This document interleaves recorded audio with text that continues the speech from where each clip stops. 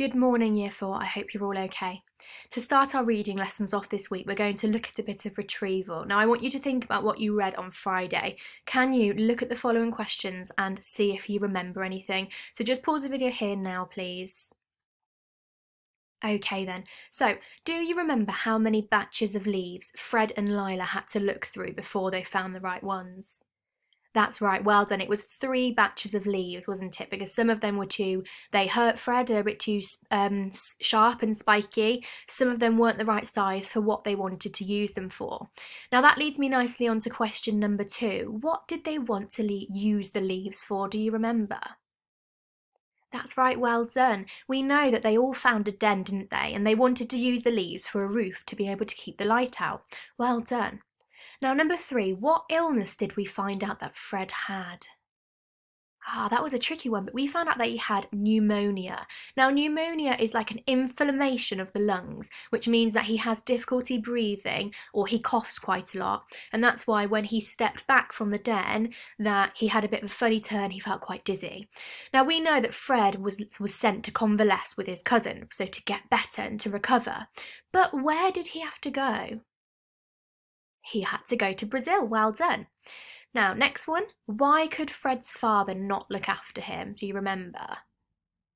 Yes, absolutely. Fred's father worked a lot. He worked a lot of the time, which meant that he didn't have time to look after Fred. Well done.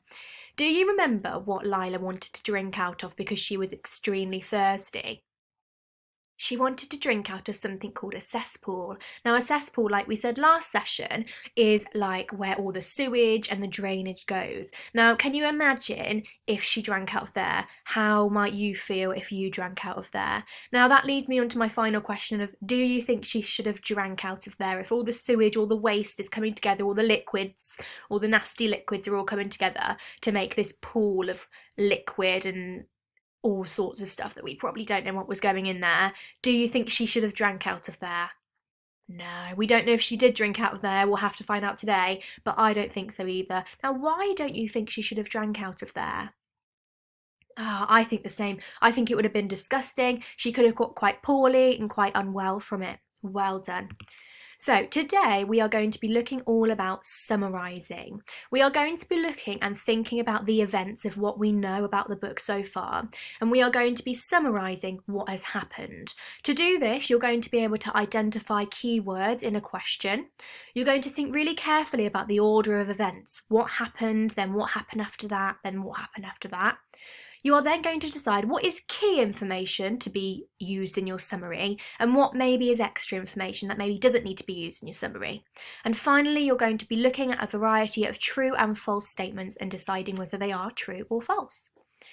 I have got some more vocabulary words today that I'm going to teach you. The first one is this word recoiled. Now this is a past tense verb, it's a doing word. We know it's a past tense verb because it's got that ed suffix on the end of it. It's a 2-syllable word, recoiled. And this word recoiled, you can see in our picture over here, it's where someone is suddenly springing back or flinching back if they are scared, if they are feeling horror, or if they're feeling a bit of disgust. In the book, we can see on page 40, it says, Fred nudged the leaves with a stick just in case there was water underneath.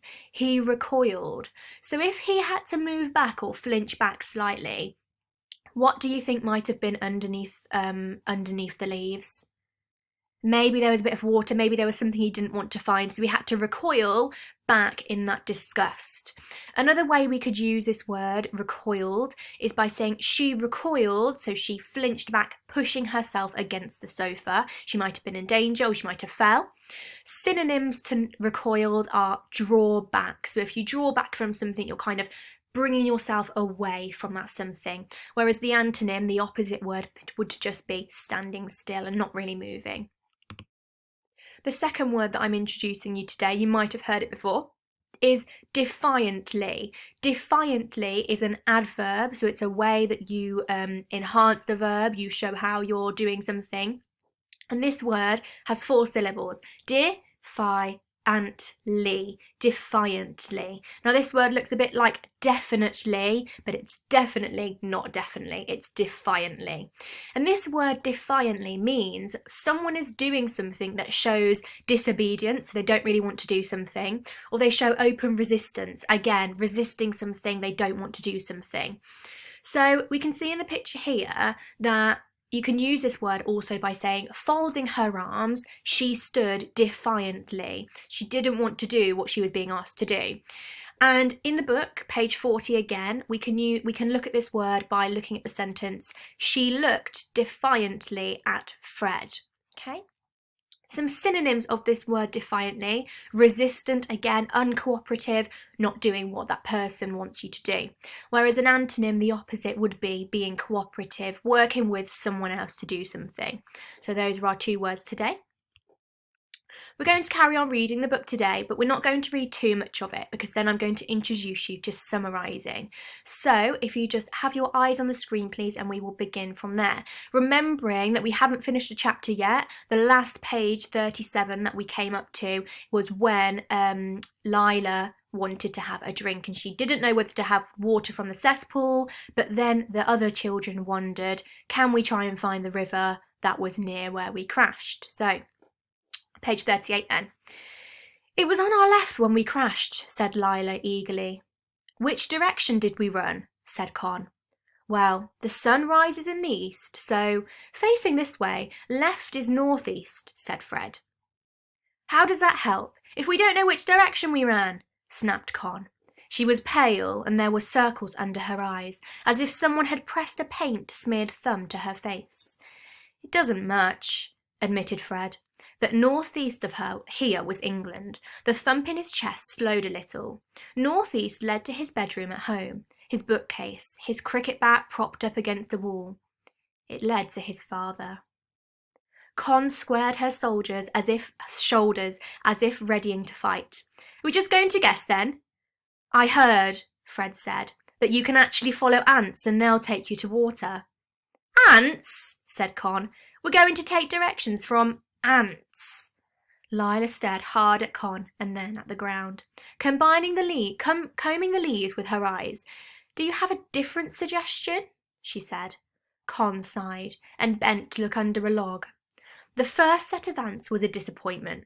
Max found a trail of tiny red ones and bent down to stroke them. Look, they're shining. Don't touch, said Lila, snatching him back. Some ants out here are dangerous. These ones? Asked Con, taking a step backwards. I don't know, that's the problem. The dangerous ones are called bullet ants, but I don't know what they look like. Bullets, presumably, said Con. Not necessarily, said Lila. Dogfish don't look like dogs. I remember being very disappointed. These ones look just like ants, said Max.